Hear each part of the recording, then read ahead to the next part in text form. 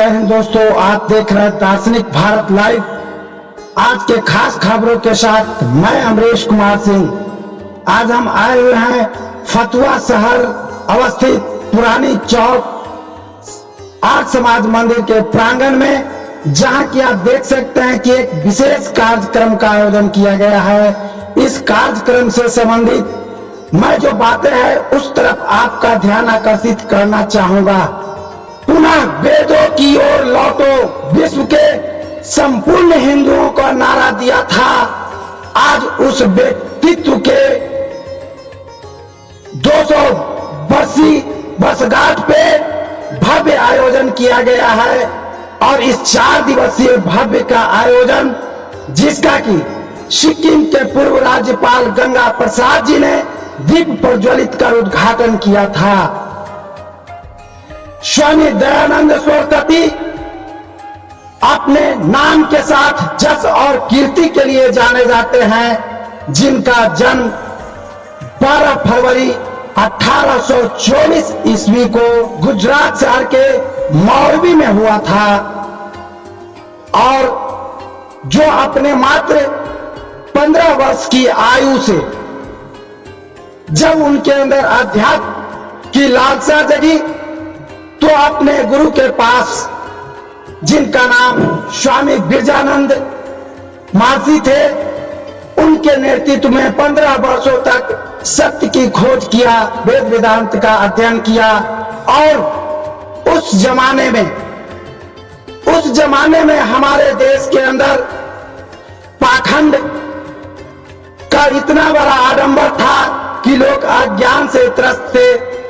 छुआछूत, बाल विवाह और वृद्धा विवाह जैसे घोर समस्याओं से हमारा देश के महिलाएं जूझ रही थी। उस मातृशक्ति को उन्होंने आवाज दिया और इस पाखंड को समूल नाश करने के लिए 1875 ईस्वी के कुंभ महासमागम में आर्य समाज की स्थापना की।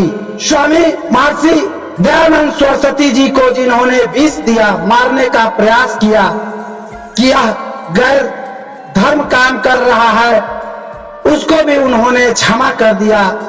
यही कारण था कि उनका नाम मूलचंद तिवारी से होकर के महर्षि दयानंद सरस्वती के रूप में विख्यात हो गए।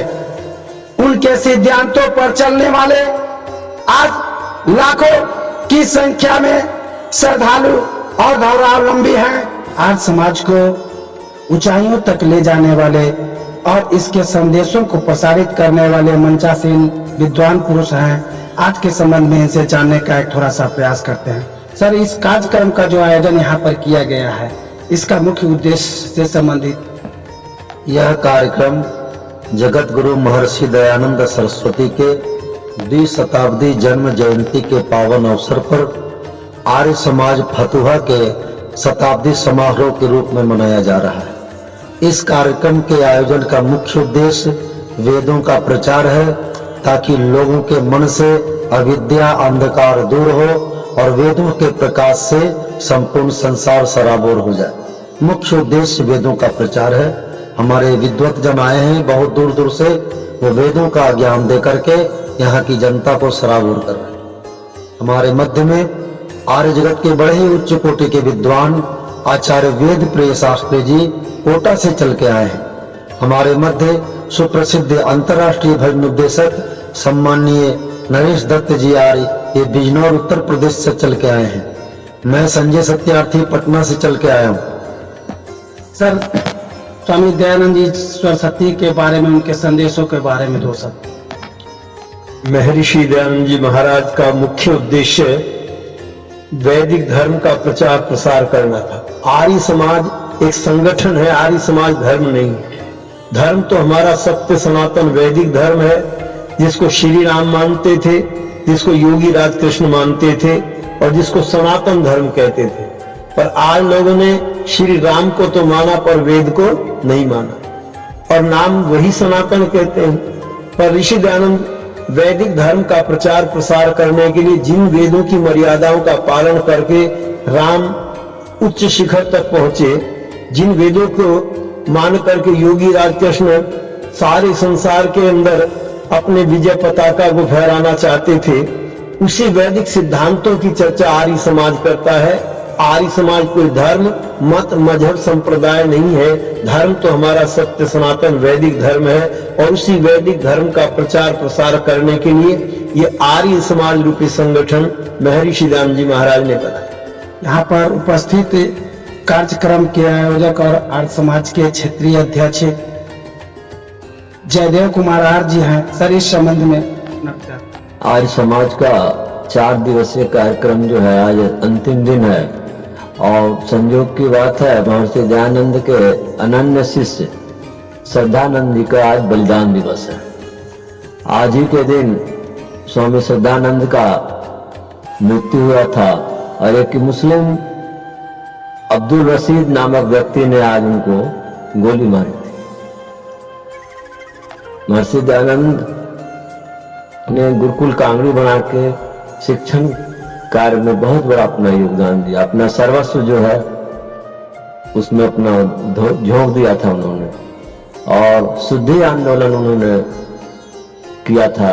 मुस्लिम हमारे समाज के हिंदू जो मुस्लिम बन गए थे, किसी को नहीं सूझ रहा था कि पुनः वो हिंदू कैसे बने और वो जो मुस्लिम समुदाय इससे उनका बहुत विरोध करता था और आज के दिन ही अब्दुल रशीद ने उनकी हत्या की।